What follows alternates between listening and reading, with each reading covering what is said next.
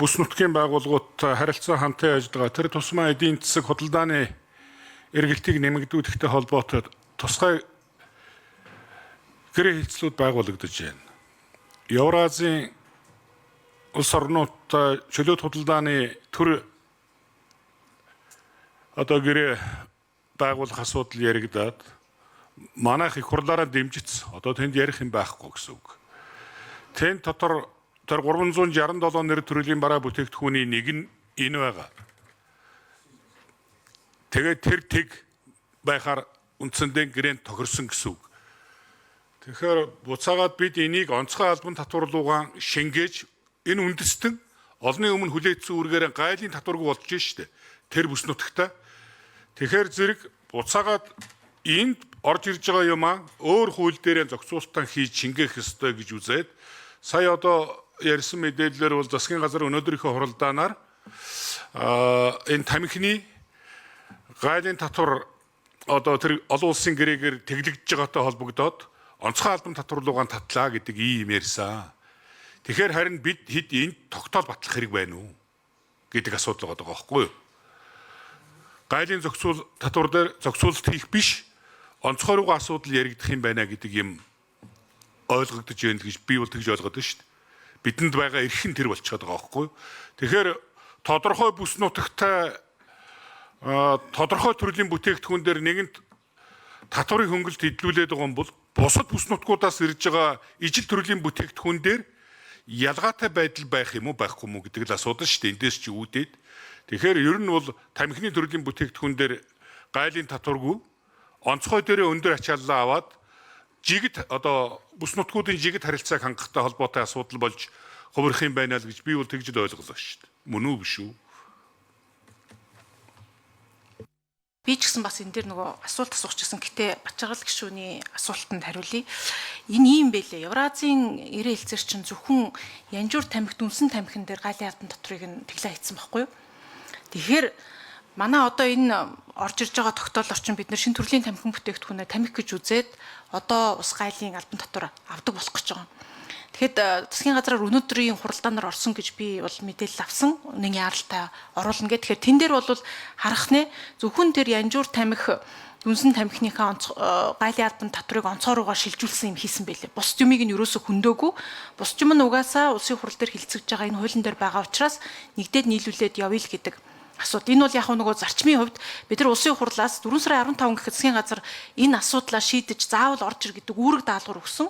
Гэтэ 2 сарын дараа хоцорж орж ирж байгаа юм. Тэгэхээр алдаа хийсэн бол энийгээ засгийн газар өөрөө залруулдаг байх ийм л зарчмын дагуу орж ирж байгаа. Тэгэхээр тэр орж ирэх үгүйгээс хамаарахгүйгээр манай энд бол бүгдээрээ бас хөндөгдсөн байгаа. Тэгэхээр энийгээ бид нар бас ингээд засаад явчих боломжтой.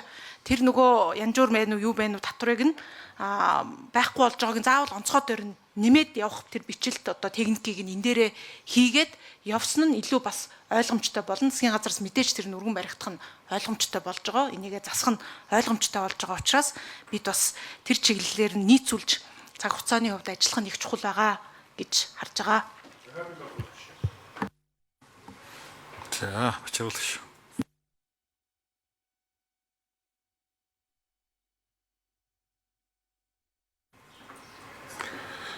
Онцгой албан татварыг бол бид хэд төрөв нэгж бүтээгдэхүүн дээр нэгж бүтээгдэхүүн дээр тогтмол мөнгөнд дүнгээр автсан 10,000 гэдэг юм уу 5,000. За энэ бол болж байгаа юм. Гэтэл тодорхой хэмжээний нэмэн үртэг шингээд үнцэн нь өссөн бүтээгдэхүүнүүд дээр энэ гайлын албан татварыг бол бид хуваар тооцох гэж байгаа байхгүй юу?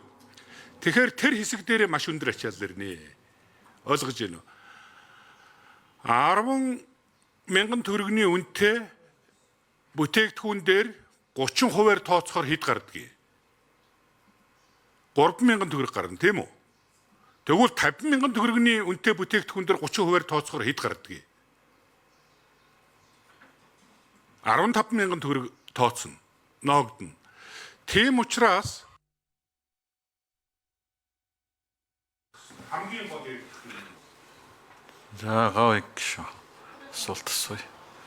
Хариулт байгаа. За эндремик.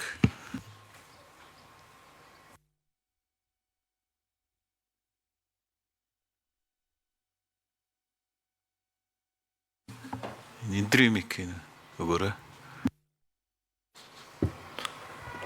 Сайн байцгаана. Сангийн яамны татрын болон азийн мэрэгчлэлтийн төрөлд гайлын албан татвар болон онцгой албан татвар чинь гайлаар орж ирдэг сиф үнээсээ тооцогддог учраас энэ дээр хувийг шилжүүлж байгаа л асуудал болохоор одоо нөгөөч шиг бодогдохгүй гэсэн үг. Тэгэхээр зөвхөн сиф үнээс бодогдож байгаа нь нөгөө тал руугаа ороод яаж байгаа. Тэр ягаад тэгээд тэн дээр болохоор зөвхөн 3 төрлийн тамхины асуудал яригдчихэж байгаа. Ягаад дүнсийн юуны задгай тамхинд ч хамрын тамхи орчиж байгаа учраас хамрын тамхин дээр болохоор онцгой албан татвараас чөлөөлөгддөг. Тэгсэн хэрнээ задгай тамхитаа ордог учраас энийг зүгээр тусад нь авч үзэж 3 төрлийнх байгаа юм шиг харагдаж байгаа. Ер нь бол янжуур тамхи болон тэгээд задгай тамхи. Задгай тамхит нь болохоор усан оолгоор татдаг шиша. Тэгээд янжуур үйлдвэрлэх зорилттой тамхи хамрын тамхи гэсэн.